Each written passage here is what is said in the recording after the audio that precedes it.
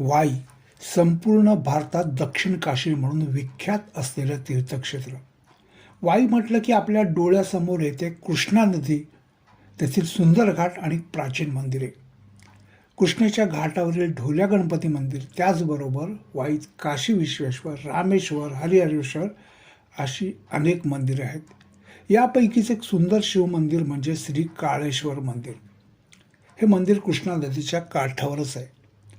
18व्या शतकात पेशवाई आल्यानंतर सरदार भिकाजी रास्ते यांनी वाईमध्ये अनेक मंदिरे बांधली. त्यापैकीच हे श्री काळेश्वर मंदिर.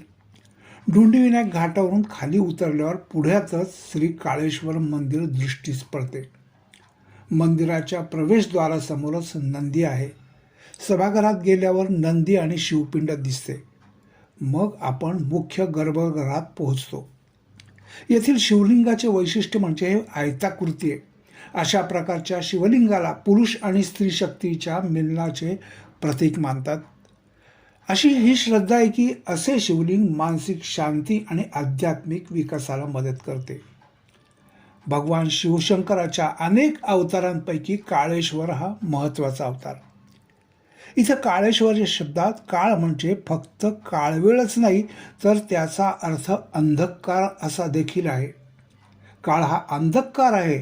काळ ही अशी मिती आहे की ज्याला आरंभ नाही आणि अंतही नाही.